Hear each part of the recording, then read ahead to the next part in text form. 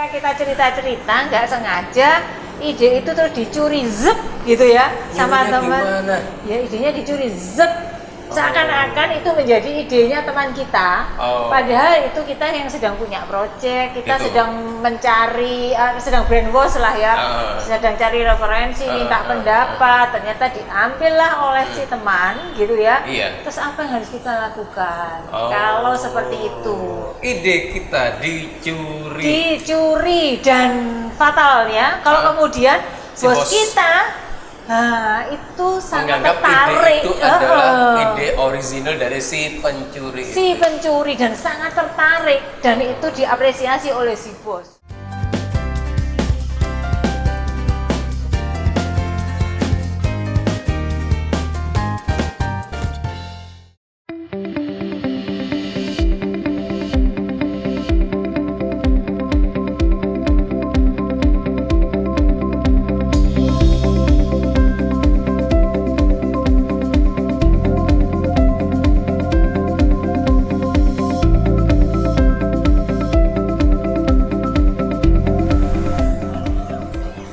Hai, Nentok, ketemu lagi bersama kami berdua, Novi dan Nurdin, ya namanya juga NN.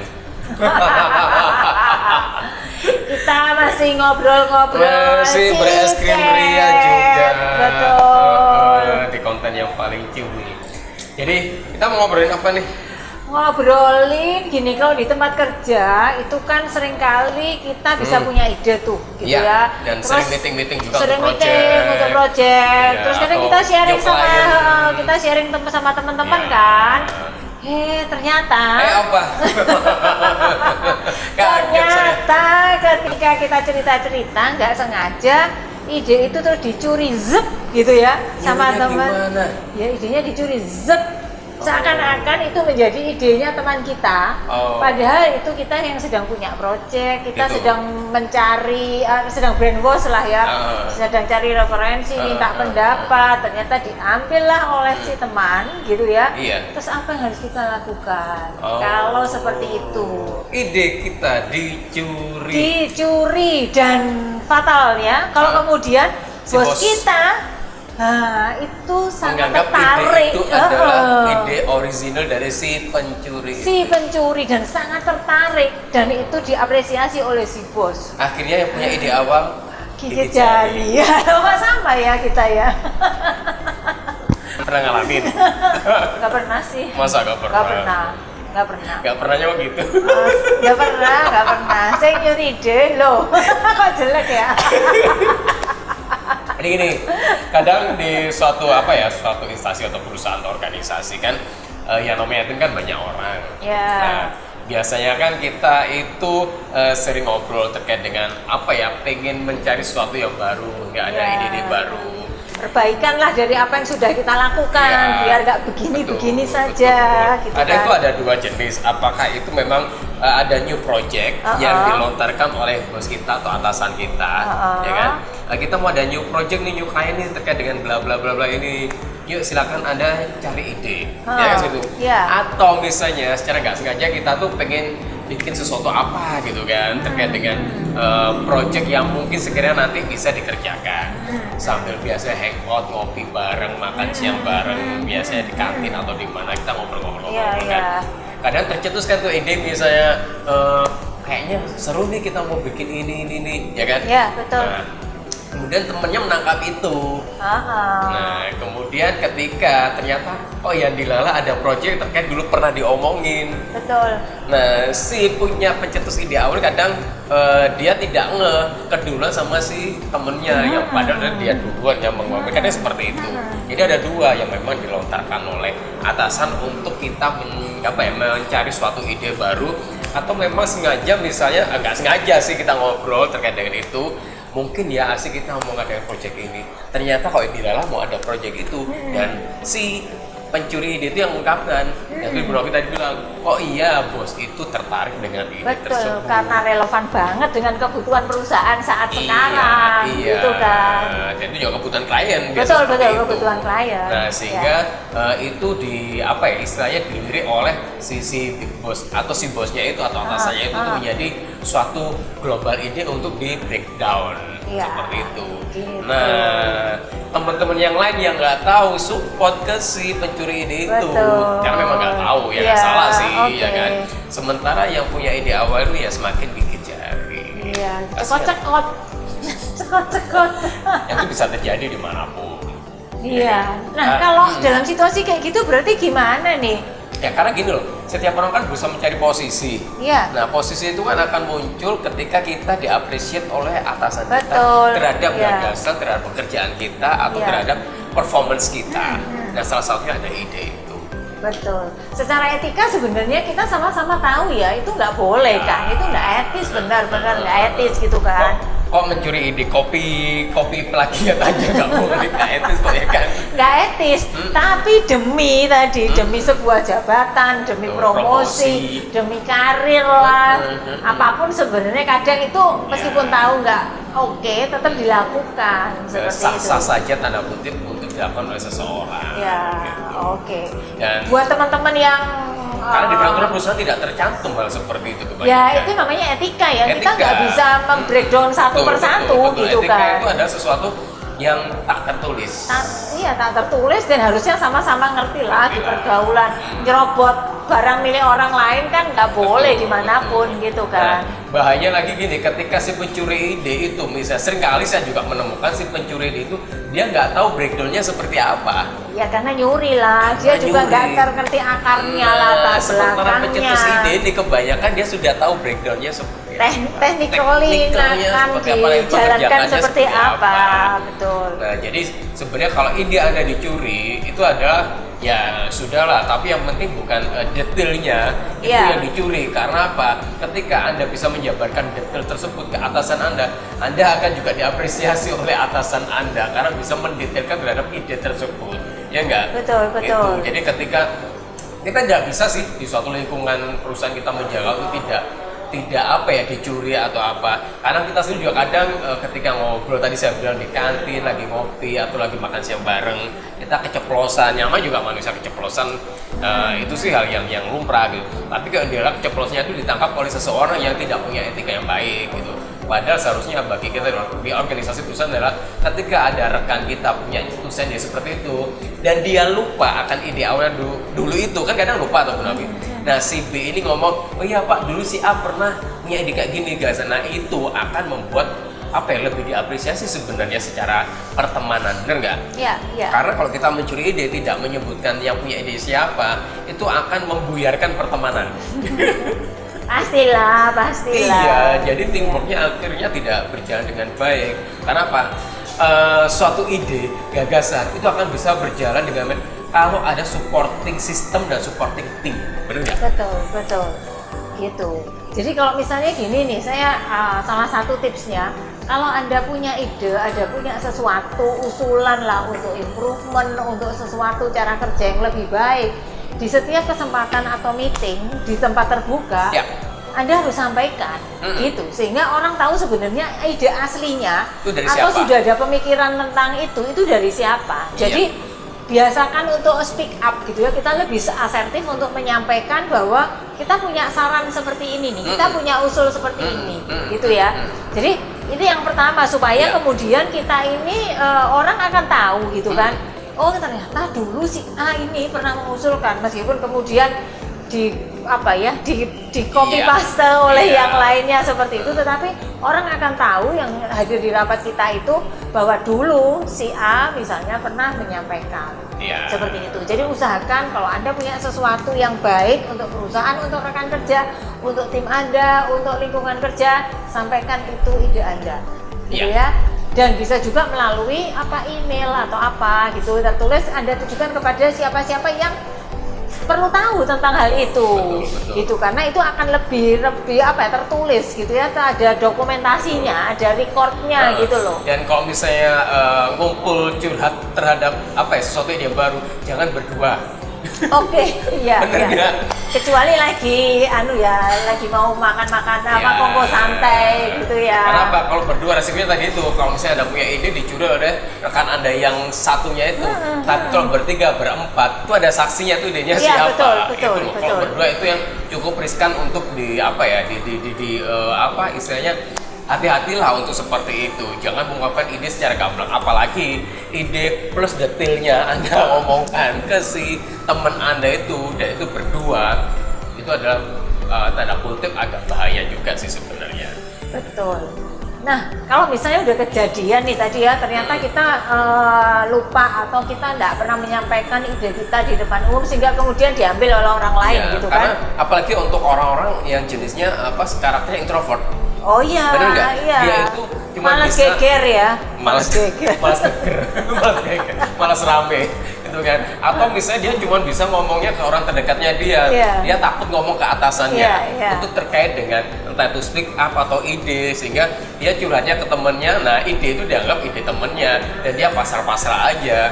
Nah, yang punya karir bagus, yang monjreng akhirnya si temennya ini itu bukan buat anak introvert ya, Bu Novi, biasa seperti itu kan, benar nggak? Oke. Nah, jadi kalau seperti itu Anda mendapatkan seperti itu, Anda bisa melakukan suatu apa ya tadi itu beramai-ramai lah, ya, jangan berdua. Ya. Dan mungkin kita nggak perlu langsung emosi ya gitu ya, maksudnya itu bener-bener kita emosi kan, wah gitu, marah gitu kan, artinya marah. Ide saya bukan ide dia. Nah nggak perlu seperti itu, ada beberapa cara yang lebih halus ya untuk ngasih pelajaran sama si pencuri itu gitu kan. Misalnya dia nggak tahu detailnya. Nah kan gini nih, kalau misalnya dia nggak menyampaikan ide, kemudian justru karena Anda tahu pasti ide itu seperti apa, Anda apresiasi, menarik juga ya gitu. Tapi kalau saran saya gitu ya, ini harus dilakukan seperti ini gitu ya. Jadi Anda memberikan analisis, Anda memberikan masukan, sehingga kemudian orang akan tahu sebenarnya yang punya ide itu siapa. Iya, karena yang bisa menjelaskan secara detail presentasinya itu sampai hasil akhirnya, outputnya seperti apa, itu adalah Anda, bukan si pencuri ide itu. Gitu. Jadi coba tanya deh ke yang punya ide itu seperti itu. Anda bisa tanya, kira-kira Anda mau kan gimana? Kalau dia nggak bisa menjawab detail, Anda kasih implementasinya masukan. Seperti apa? Orang akan lihat, bisa aja nih idenya siapa sih gitu ya. Kalau idenya ini kenapa dia nggak bisa menjelaskan, kenapa kalau orang lain yang lebih bisa menjelaskan.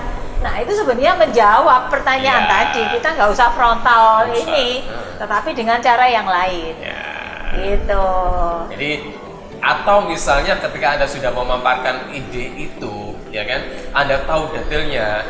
Nah, si kayak Bu Novi tadi bilang, akhirnya si pencuri itu kan malu juga, ya kan? Dan ketika malu itu akhirnya dia akan mengakui kok bahwa itu sebenarnya bukan ide dia secara tidak langsung. Iya. Nah, dia akhirnya spotlightnya itu bukan lagi ke pencuri ide tapi ke Anda. Betul. Dan teman-teman yang awalnya akan mendukung si pencuri ide itu akhirnya kembali ke Anda karena Anda yang merasa dirasa lebih tahu terhadap proyek tersebut. Oke, jadi kurang lebih seperti itu ya. Jadi satu, nggak boleh terlalu emosi lah gitu, nggak perlu terlalu emosi dan nggak usah terang-terangan Anda Itu ide saya. Begitu. Lalu cara yang lain apa ya? Cara lain gini, misalnya ya kan, Anda sudah tahu detailnya itu, Anda langsung membuat suatu presentasi yang lebih detail lagi ke atasan Anda. Betul. Ya enggak? Ya. Itu sih, karena biasanya kalau dalam satu meeting awal kan belum memaparkan presentasinya. Nah, Anda langsung membuat presentasinya itu. Sehingga hasilnya seperti apa akan kelihatan, terus jalannya seperti apa kelihatan, kemudian kebutuhan timnya seperti apa, hingga akhirnya seperti apa itu kelihatan semua. Nah, akan lebih smooth lagi kalau si pencuri ide itu Anda masukkan ke tim Anda. Ya betul, sehingga ketahuan nih dia bisa ngerti dalamnya enggak gitu kan. Dan akhirnya dia juga memahami bahwa menjadi suatu bagian dari tim itu seperti ini. Dan yang menjadi apakah ketika hanya sekedar bluffing itu seperti itu. Nah itu yang memberikan kita pelajaran kepada si pencuri ide itu. Ya akhirnya kamu kan waktu itu mencuri, sekarang kamu jadi tim saya. Seperti itu. Jadi karena sebenarnya begini, ketika kita mau merealisasikan ide, sebenarnya kita ini butuh banyak informasi gitu ya. Nah ketika kita mau memastikan bahwa ide ini nanti bisa direalisasikan dengan cara seperti apa, kita akan sudah cari referensi, kita sudah cari networkingnya gitu ya, kira-kira akan seperti apa plus minusnya gitu kan, kira-kira kendalanya akan seperti apa, antisipasinya seperti apa. Sehingga gitu. ini bukan sekedar ide, bukan sekedar gagasan yang diucapkan, tapi memang sudah mulai setengah matang. Setengah matang gitu. Tinggal eksekusinya nanti dimitingkan bersama. Iya, seperti itu. Jadi itu sih apa ya, bahwa mencuri ide itu dimanapun akan terjadi, akan ada dimanapun. Sehingga kita sendiri harus menjaga diri kita. Betul. Bukan kita mengandalkan orang lain untuk tidak apa ya, berpikiran untuk mencuri ide tersebut. Ya itu bisa terjadi dimanapun. Karena nggak tahu etika seseorang itu seperti apa, tingkah pola seperti orang lain itu seperti apa. Karena memang tidak ada di aturan perusahaan, diatur seperti itu ya, tidak ada, benar ya. Iya, betul. Karena itu non normatif ya. Iya. Gitu ya, tidak tertulis lah. Tertulis. Tidak tertulis, lebih ke etika gitu ya, etika pergaulan seperti itu. Nah, buat teman-teman yang mungkin mengalami situasi serupa, tadi adalah tips-tipsnya gitu ya. Tapi jangan kemudian karena pernah mengalami kejadian seperti ini, Anda jadi mandek. Oh ya. Anda terus kemudian malas untuk ide-ide baru. Mencari ide-ide baru, memberikan masukan kepada tim Anda gitu. Tetap carilah peluang-peluang untuk selalu mencari inovasi gitu ya, improvement untuk sesuatu yang lebih baik di pekerjaan Anda dengan tim Anda. Karena di era sekarang dan ke depan inovasi itu akan selalu dibutuhkan, dan bagi inovator itu dia akan dapat suatu apresiasi tersendiri bagi perusahaan.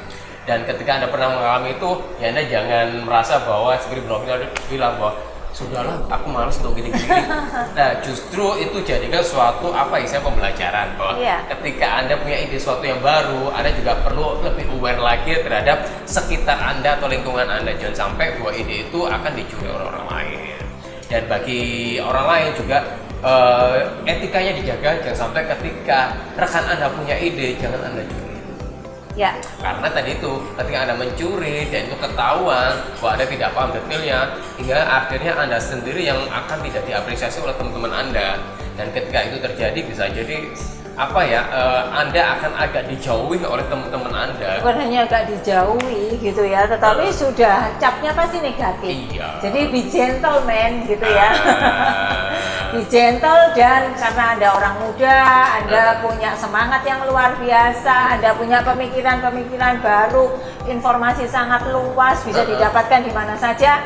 Carilah ide-ide orisinil dari diri Anda sendiri. Iya, bisa gitu brainstorm di mana-mana sih sekarang. Betul, ini. gitu. Karena Karena itu harus dilatih kan. Betul. Kita mengusulkan sesuatu yang implemented gitu, yang benar-benar bisa diimplementasikan, itu memang perlu beberapa kali, kita harus sering gitu loh. Karena kalau enggak udah mati gitu loh, akan mati. Maksudnya bukan menjadi habit lagi. Seperti itu. Oke, jadi kalau generasi muda, jadilah generasi yang kreatif, penuh inovasi, seperti itu. Jangan generasi copycat. Copycat atau copy paste ya. Oke. Jadi Anda tetap bisa maju, tetap berkembang di karirnya, dapat promosi, dihargai oleh atasan, dihargai dengan rekan kerja karena upaya Anda sendiri dan ide-ide orisinal dari diri Anda. Dan terus berinovasi. Oke. Itu obrolan kita terkait dengan pencuri ide dan bagaimana mengatasinya. Jangan lupa untuk selalu like, komen, dan subscribe ya di konten Talk. Dan thank you juga untuk Kampi Hotel di Taman Apsari Surabaya, tempat hotel yang sangat cozy, instagramable, di mana-mana Anda bisa foto-foto di sini, keren banget. Dan makanannya juga enak-enak. Kayak ini langsung tinggal separuh es krimnya. Oke, sampai jumpa lagi di episode NL Talk berikutnya.